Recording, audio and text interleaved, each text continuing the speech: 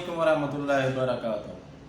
जैसा कि आपको मालूम है, पंजाब मेडिकल फैकल्टी का सिलेबस तब्दील हो चुका है और ये फ़र्स्ट टाइम सिलेबस तब्दील हुआ है। जब फ़र्स्ट टाइम कोई भी काम होता है तो मैं आपको एग्जांपल थोड़ी इस तरह देना चाहूँगा। ये काम की वीडियो है। Punjab medical faculty dispenser, lab, x ray, OT वाले, चाहे कॉलेज वाले हैं, चाहे स्टूडेंट्स हैं या कॉलेज इंतज़ामिया है, वो मेरी वीडियो तवज्जो से सुन ले, ये ना समझें कि ये फजूल है, क्या बात कर रहे हैं। तो मैं आपको बताना चाहूँ सिलेबस के हवाले से, जब कोई नया काम होता है तो उस वक्त बंदा काम तो कर लेता है, लेकिन जब काम कर लेता है तो उसके बाद उसको लोग भी कहते हैं, उसको ख़ुद भी खामियां नज़र आती हैं, वो फिर आहिस्ता आहिस्ता उसको तब्दीली लेके आता रहता है। इसी तरह पंजाब मेडिकल फैकल्टी का सिलेबस तब्दील हुआ, फर्स्ट टाइम था, उनका फर्स्ट टाइम एक्सपीरियंस था। इसी वजह से उन्होंने बुक शायद सिलेबस तो भेज दिया, लेकिन उन्होंने अभी काफ़ी सारी मिस्टेक हैं।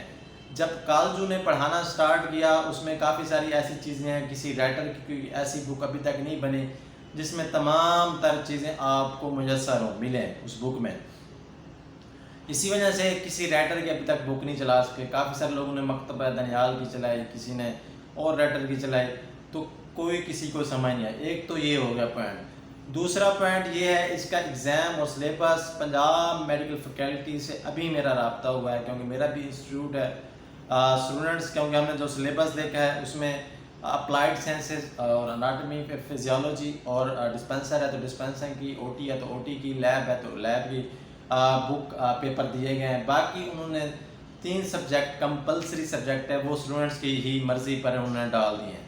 ठीक है, अब कहने का मतलब ये है, अभी स्टूडेंट्स क्या करेंगे, इनकी डिग्री ये एफएससी के बराबर ये नहीं होगी। आप स्टूडेंट्स 3 सब्जेक्ट पढ़ेंगे, एक अप्लाइड साइंस है जिसमें फिजिक्स केमिस्ट्री आ जाता है, और दूसरी चीज़ हो गई लैब, एक्सरे वाला, ओटी वाली बुक पढ़ेगा, और अनाटमी फिजियोलॉजी पढ़ाई जाएगी। तो ये तमाम तर चीज़ें आपको पढ़ाई जाएंगी और जो आप पेपर देंगे, अब मैं सिलेबस आपको थोड़ा समझा देता हूँ। आपका क्या होगा, आपने पहले जाना है, ये सिलेबस पढ़ेंगे, अनाटमी ले लें, फिज़िक्स ले लें, फिजियोलॉजी ले लें, केमिस्ट्री ले लें, बाकी आपका जो सिलेबस है वो पढ़ेंगे।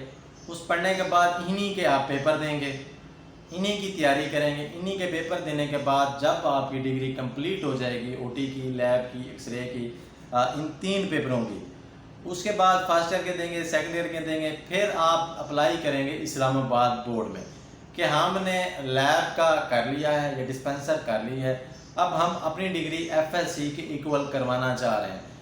उसकी एक फ़ीस है, वो फ़ीस पे करने के बाद 4000 आई थिंक है। उसकी फ़ीस पे करने के बाद फिर आप जाएंगे, वो आपको एक लेटर देंगे जिसे एनओसी कहते हैं, परमिशन लेटर देंगे।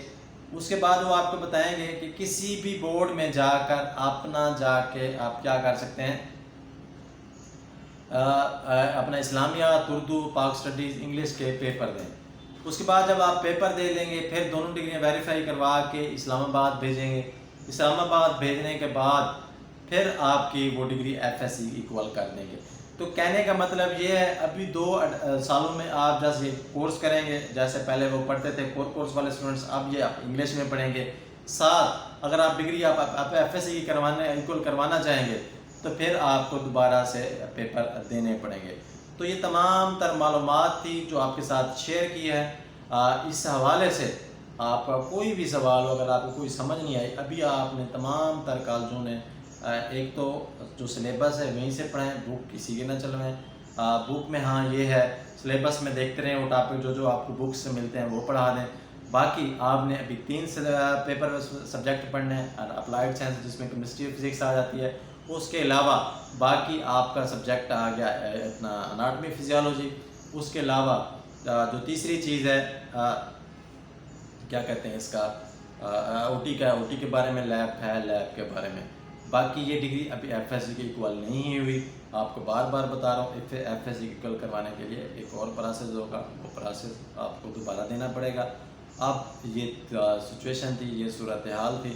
अभी फाइनल डिसीजन यही है आज तक की डेट के लिए। आगे क्या चेंजिंग आते हैं, क्या सवाल आते हैं, जैसे जैसे सवाल आते रहते हैं उसी तरह नए नए उनके हल, सलूशन, जवाबात भी आते रहते हैं।